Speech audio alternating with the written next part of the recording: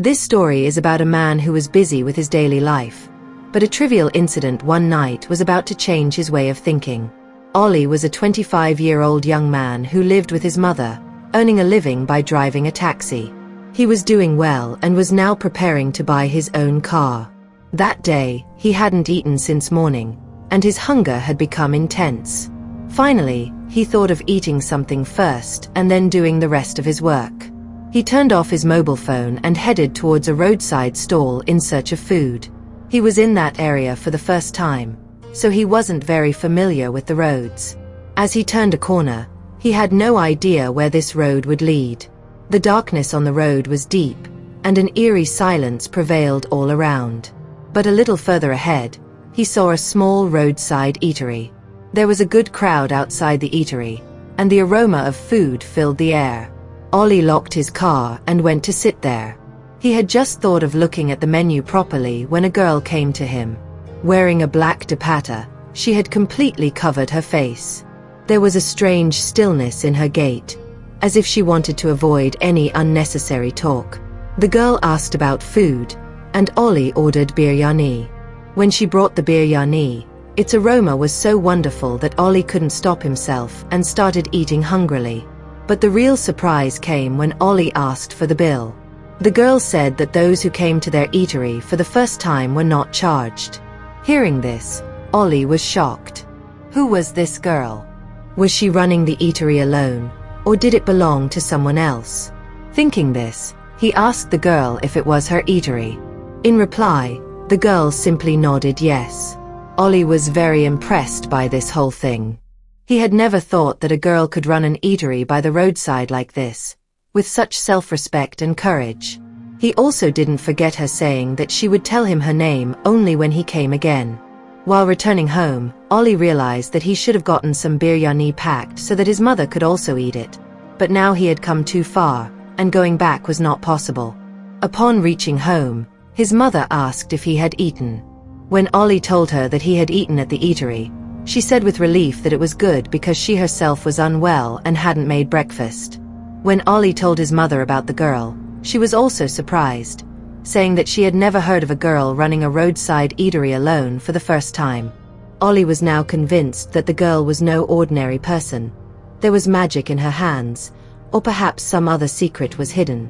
Now Ollie had decided that he would go to that eatery again, and this time he would not only go to eat but also to find out who that girl really was. The very next day, unable to resist his desire, he went to the same eatery again. This time, he reached directly to the girl without getting lost. The girl gave him a slight smile as soon as she saw him, and there was a faint sparkle in her eyes.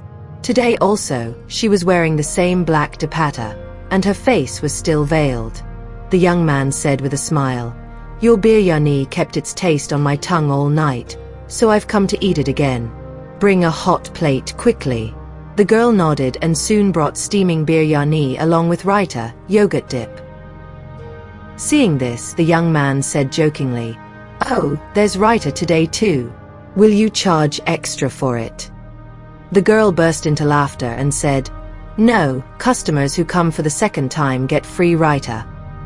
Hearing her, the young man was surprised.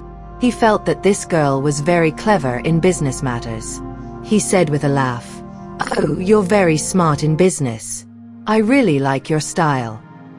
The girl replied with a smile, "Of course, because I've studied business." Then she told him her story, how her father had passed away, how she and her younger sister ran this eatery together, and how their hard work sustained their family. The young man felt sad hearing this.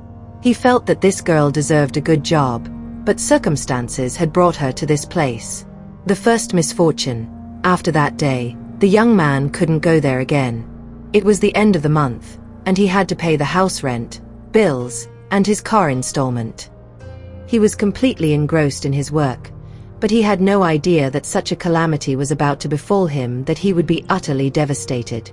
Early in the morning, he left for work, and it was about 11 o'clock in the afternoon. Since his mother was sleeping, he hadn't had breakfast. He was extremely hungry, so he decided to eat naan chole, flatbread with chickpeas, by the roadside. He parked his car there and inadvertently left the keys inside. While eating, he was so engrossed that he didn't realize when a thief made off with his car. When he paid the money and turned back towards his car, the ground slipped from under his feet. His car was gone. For a moment, he thought he might be looking in the wrong place. He looked around, asked passers-by, but no one knew anything. His body was covered in sweat. This car was his only means of support, and now it was gone. With a mix of surprise, anger, and regret, he sat down by the roadside, unable to understand what to do next. But then he thought of the police station. A faint ray of hope flickered that perhaps the police could find his car. Was this just an accident? The young man went to the police station and filed a report, then walked out with heavy steps. Now his biggest fear was how he would tell his mother all this. Her health was already not good, and if she heard this news, she would be even more worried. Ollie kept walking aimlessly and went very far, but he was surprised to see that where he was standing was the same eatery where Huria sold biryani. Ollie himself was surprised to see himself here. He was so lost in his thoughts that he didn't even realize how he had reached here. He slowly walked towards the eatery and sat down on a chair as if collapsing. Seeing him sitting like this, Huria immediately came there. What happened? Is everything all right? You look very worried, Huria asked with concern. Ollie took a deep breath and told her about his car being stolen. Hearing this, Huria involuntarily put her hand on her heart and said, I can't believe you suffered such a big loss. What will you do now? Ollie pointed towards his empty hands and shook his head in negation. Seeing this, Huria also lowered her head in sympathy. After sitting like this for a while, when Ollie got up to leave, Huria stopped him. Have some food before you go, she said, but Ollie refused and walked towards home with heavy steps. Reaching home, he saw his mother waiting for him.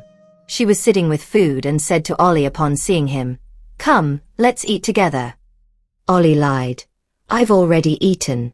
I'm very tired, so I'll rest for a bit. His mother nodded and said, You didn't even honk the car today. What happened? Is the horn broken? Ollie was startled and said, No, Amma, the horn isn't broken. There was some work on the car, so I left it at the workshop. I hope to get it back by day after tomorrow, inshallah.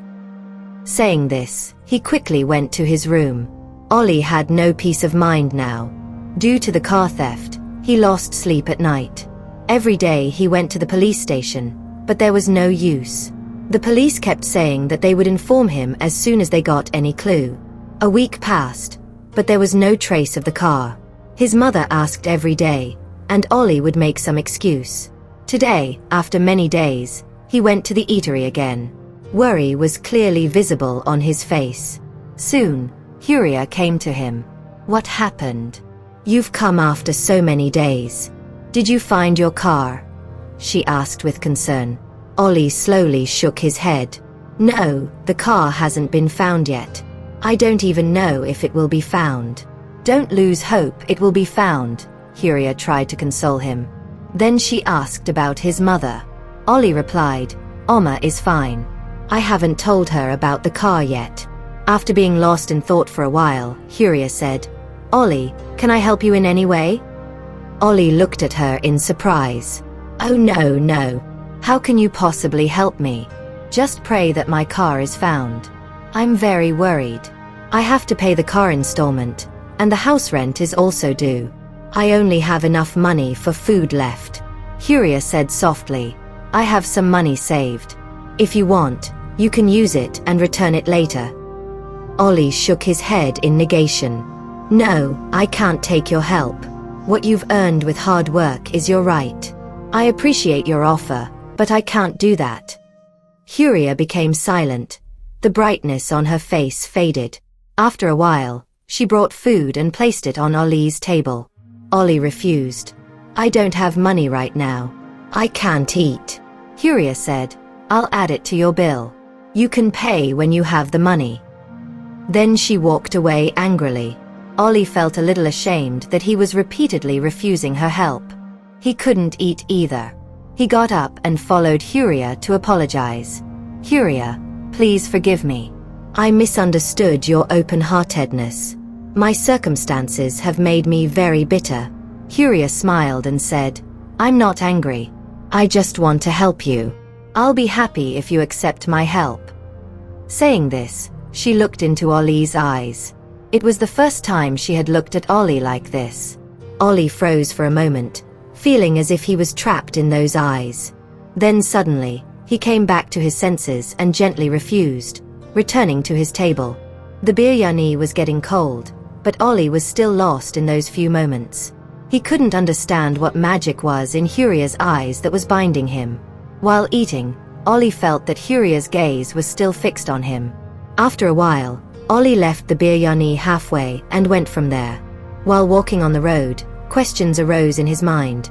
Why did Huria want to help him so much? Why did she want to give him such a large sum of money?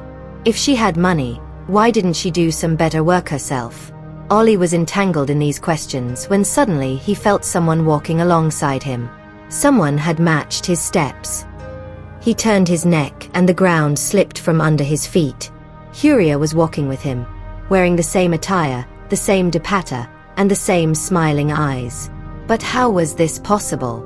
Ollie asked in surprise. Huria, you here? At this question, Huria hesitated. There was a strange glow in her eyes. Twisting her fingers, she said, I wanted to talk to you alone. The eatery is very crowded. It's difficult to talk openly there, so I followed you. Then she looked into Ollie's eyes, took a deep breath, and said, Ollie, I want to tell you a truth about myself so that you can accept my help. My name is indeed Huria, but I am no ordinary girl. I have come from the world of jinns. I roam in the human world in disguise, understand their troubles, and help them. The ground slipped from under Ollie's feet. He couldn't believe his eyes. Huria slowly removed the veil from her face. Seeing her beauty, Ollie was as if rooted to the spot for a few moments. Ollie didn't remember how that night passed. The next day, when his mother asked about the car again, for some reason, this time Ollie told the truth. The car has been stolen, Oma. That's why I've been so worried for so many days. Hearing this, tears welled up in his mother's eyes. Even the only source of income was gone. Ollie was cursing himself, wondering how he would get out of this trouble. Another week passed. Ollie didn't meet Huria. On one hand, his mind couldn't accept Huria's truth, and on the other hand, the theft of the car had brought his life to a standstill. Then one evening, there was a knock on the door. Ollie thought it might be someone coming to collect money. He told his mother, if it's him, tell him I'm not home. But when his mother went to the door, he heard her talking to a girl. Ollie peeked out and his eyes widened in surprise. Huria was standing there, asking his mother for permission to come in. He hurriedly came out and said, Huria, you here? Huria smiled and said, Yes, I've come to check on you. Where have you been for so many days? If you're worried, tell me. Did you find the car? Ollie shook his head in disappointment. Huria expressed her sympathy and then said, I've brought biryani for Oma and for you.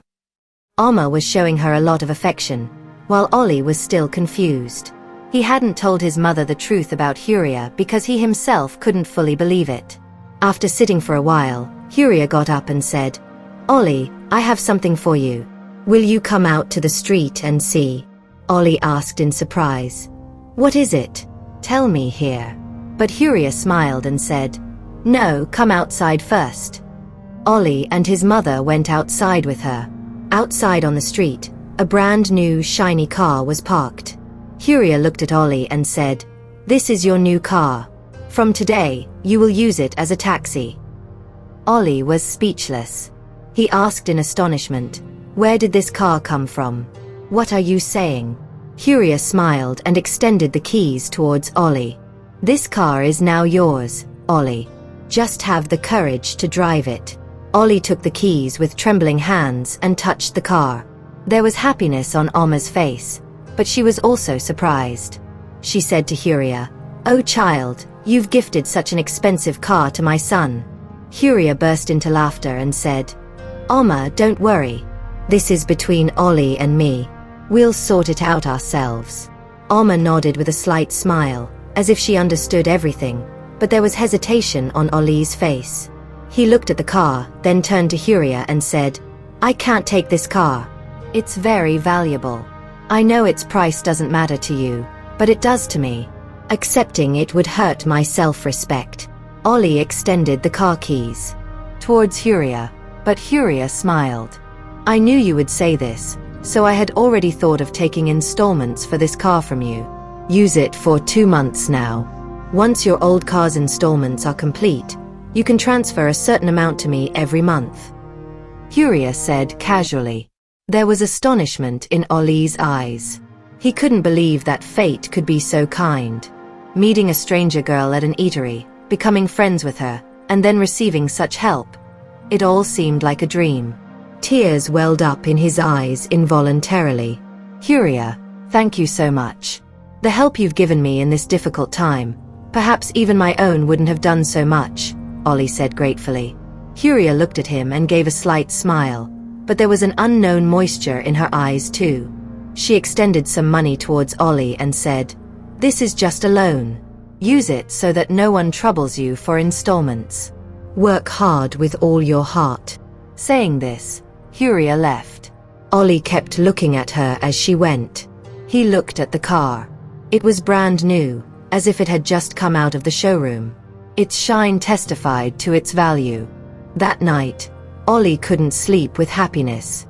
Alma also couldn't stop praising Huria. I've never seen such a child before, so loving and caring, ready to give away everything. Hearing this, Ollie felt proud. He resolved that he would repay Huria's debt as soon as possible. He started working double shifts.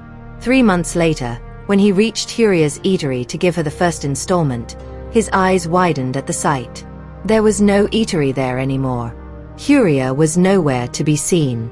Ollie asked the people around, but no one knew anything about her. He became disheartened. He couldn't understand how to contact Huria. He had neither her address nor any other information. He often visited the same place, hoping that perhaps Huria would come there again. And then one day, what he had been eagerly waiting for happened. As he was about to sit in his car, he saw Huria coming from the front. Her green eyes were shining from afar. He became happy. Huria, where did you go? I've been looking for you for so long. Huria smiled. Ollie, I couldn't leave without meeting you. Forgive me, I had to return to my world. My work here was done, so I had to go back. But I kept feeling your heart calling me. Perhaps that's why I've come here. And look, you're here too. Ollie wanted to stop her. He tried to hold Huria's hand, but Huria gently pulled her hand back. Ollie was embarrassed and started apologizing. Huria said in a soft tone, Ollie, I understand the feelings in your heart, but you know that you are a human, and I am a Jinn. In my world, there are some restrictions for me that I cannot break. Saying this, Huria started to leave, but Ollie stopped her. He tried to give Huria the installment money, but Huria smiled. I helped you so that you wouldn't feel the burden of any favor. Don't consider this money as something you owe me. If you really want to use this money properly, then help someone in need.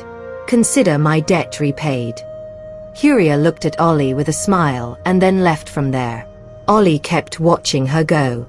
He felt as if the whole world had become empty for him, but then an unknown fragrance floated inside his car. It was the same fragrance that always lingered around Huria. Ollie smiled softly. Huria was not far from him. She was always just a call away. Please subscribe. Thanks for watching. Don't forget to like, comment, and share.